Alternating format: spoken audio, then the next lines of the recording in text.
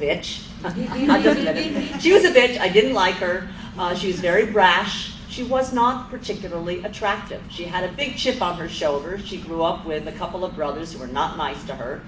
And I thought, you're going to die, honey. By the end of the book, you are going to die. And I fully intended for Jane Rizzoli to not survive the surgeon.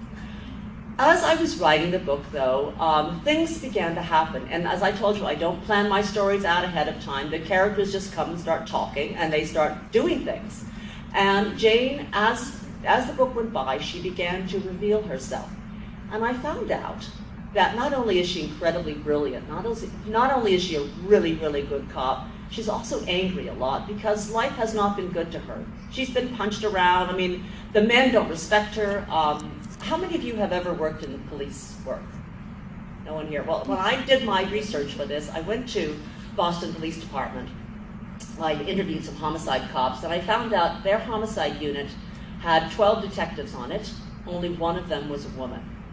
I went back a couple of years later, and that woman was gone. She had quit. And every cop I talked to, every female cop, I would say, what is it like here being a woman? And they'd say, don't even ask. The men give us problems, they harass us, they're just not, they're not good to us as colleagues, but we don't bother to complain because nothing ever happens. So we just do our jobs, and we try to do it better than everybody else. So this was kind of what I was seeing Jane Rizzoli as, is this a woman who's trying to do what's traditionally a man's job and needing to do it better than everybody else to get respect, but she was not yet respected in the surgeon. She was a recent addition to the homicide unit.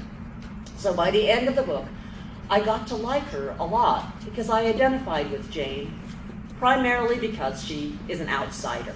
I grew up as the only Asian in my whole white elementary school, so I know what it's like to be an outsider. I know what it's like to never feel you're fully accepted.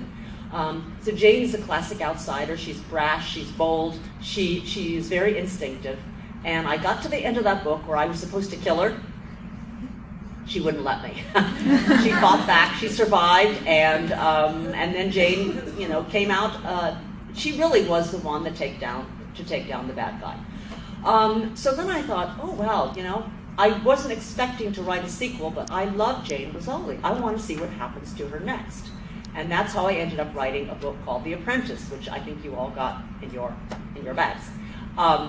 And I thought, okay, Jane, now you're the star of the show, and we're going to see what you do next. And Jane began to get happier. She began to become accepted. And as the series has gone on, I feel that she's grown quite a bit. Now, in The Apprentice, Dr. Maura Isles comes on as a secondary character. I didn't expect her to do much more than just be there as a medical examiner. But as soon as she walked on the stage, again, I got interested in her. She was very mysterious to me. She is not like Sasha Alexander, actually. In the books, she has a very dark streak. I describe her as being almost a goth appearance, like a Catherine Zeta-Jones. Mysterious, unknowable, and troubled. She has secrets there that she's not about to tell us. And I thought, wow, I want to know more about you. And I went on to write The Sinner. So both these women have been in now 10 books. And over time, they have become friends. It has not been an easy friendship because, they have different professions. Jane is blue collar, she's a cop. Maura is an intellectual. She comes from a very, I think you would say, a very literate family. And they are not normally the kind of people who you'd expect to hang out and be friends. But because they are colleagues, because they really respect each other, because they know that each one is the best at what she does, they want that person to watch their backs. So this friendship evolved organically. It came about the way real friendships do.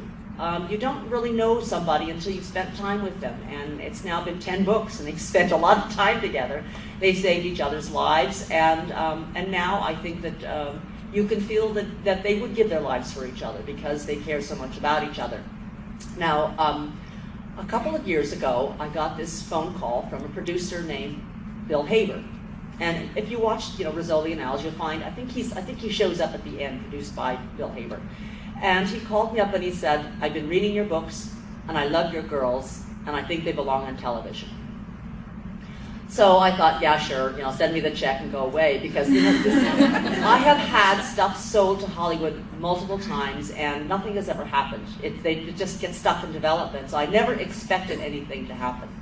Well, a year later, he re-upped the option, and then he said, I'm bringing on this really brilliant person. I really respect her. Her name is Janet Tamaro, and I think she should write the pilot episode. So I met Janet. She did write. She wrote a very good pilot episode, by the way. I think the first episode of Rizzoli and Isles is the closest to the books for me. And I remember Janet meeting me over dinner, and she said, "I know who you really wrote. I know who these characters really are.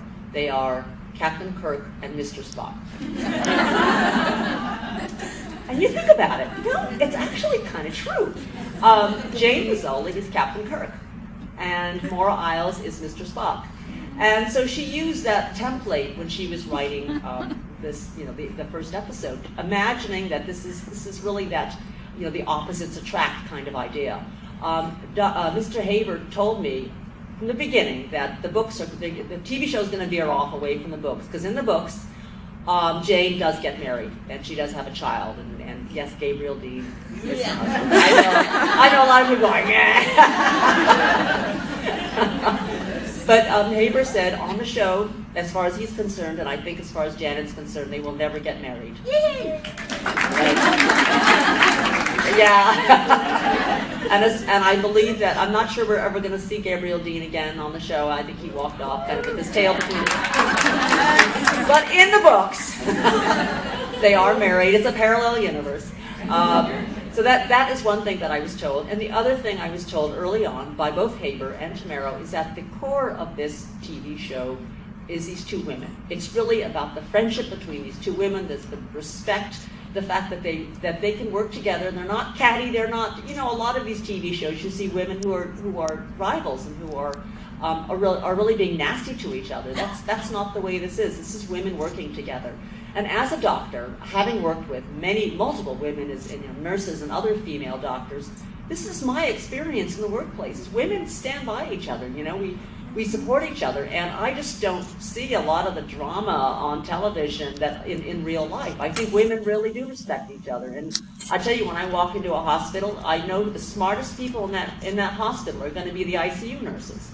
So I think that's something that comes from being in a profession where you are dealing with women all the time. They wanted to reproduce that, and it turned out, when we thought about it, there has not been a show like this since Cagney and Lacey. How many other shows do we have where female buddies, except for Xena and Gabrielle?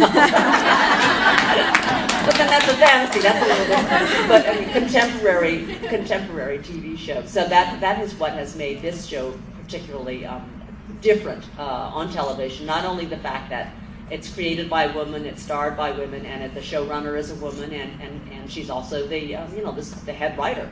So Janet is kind of the queen of the heat there. The other thing that happened was when they were casting it, they asked me, what do you think? And I was envisioning my characters. Jane Rizzoli, not so good looking, very ordinary, and Maura Isles, kind of like Catherine Zeta-Jones, very cool and sophisticated. And then they called me up and they said, we cast Angie Harmon for the role of Jane. I had to, I thought, well, I get the personality, but all of a sudden, Jane Rizzoli is now gorgeous. And it changes the persona for me, because I think a lot of my readers identified with Jane because she was so ordinary and because she was not gorgeous. But I think that Angie's personality really is Jane. I think in reality, she's like perfectly cast. They just need to make her ugly. It's not possible. And then when they were doing, this is what I heard, when they were screening actresses against Angie to try and find Maura Isles, they brought in a lot of very good actresses, but there was no chemistry.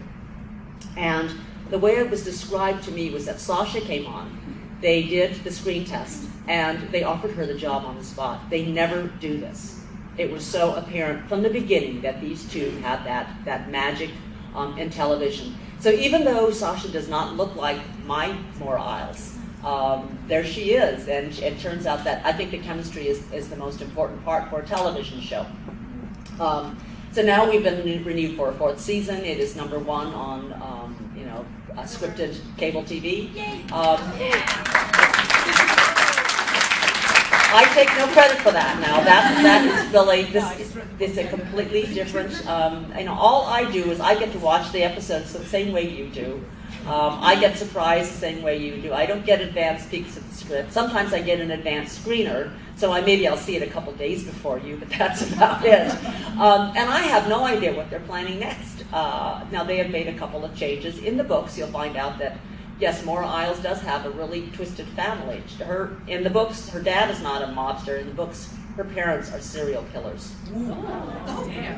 Maura was adopted. She had no idea who her real parents were, and if you read Body Double, she discovers who her parents are. In fact, her mother is serving life in prison, and she visits her mother several times in prison, and that's one of the creepiest scenes I've ever written, actually, was that scene when she meets her mom for the first time. So they made it a little less dark. Somehow I think a mobster isn't as dark as a serial killer. But what it leads to is this sense that Maura Isles is always questioning who she really is. Why did she choose such a dark profession? And will this serial killer gene somehow show itself up later on? Is that why she cuts people open? Because she comes from a long line of killers. Other things that are different, you'll find that there are a lot of semi-parallels. In the TV show, Jane's parents have fallen apart. They've gotten a divorce, and her dad is trying to get remarried. In the books, the same thing has happened. The marriage has fallen apart, but Angela is really having a good time. She's dating, and she ends up falling in love with Corsac. Right. So you'll find, in fact, in the new book, Last to Die, she's going to make Jane wear a pink dress at the wedding. And then at the worst possible moment, Jane's dad walks back into the picture and says, "You're not marrying this guy, I want to come home." So now Angela has this really tough decision. Does she go with Corsac, who she really is having a great time with, or does she go back to her sad sack husband, who's kind of walked out on her to begin with? So anyway, there are a few sort of semi-similarities, but it is parallel universes, and I know some people have trouble flipping back and forth, but I hope you'll at least give the books a try, just to see where the original Jane came from. And if you think she's a bitch the first book, that's okay. She was meant to die. Let me think if there's anything else. I guess I should talk about the new book because my publisher is here. And my publisher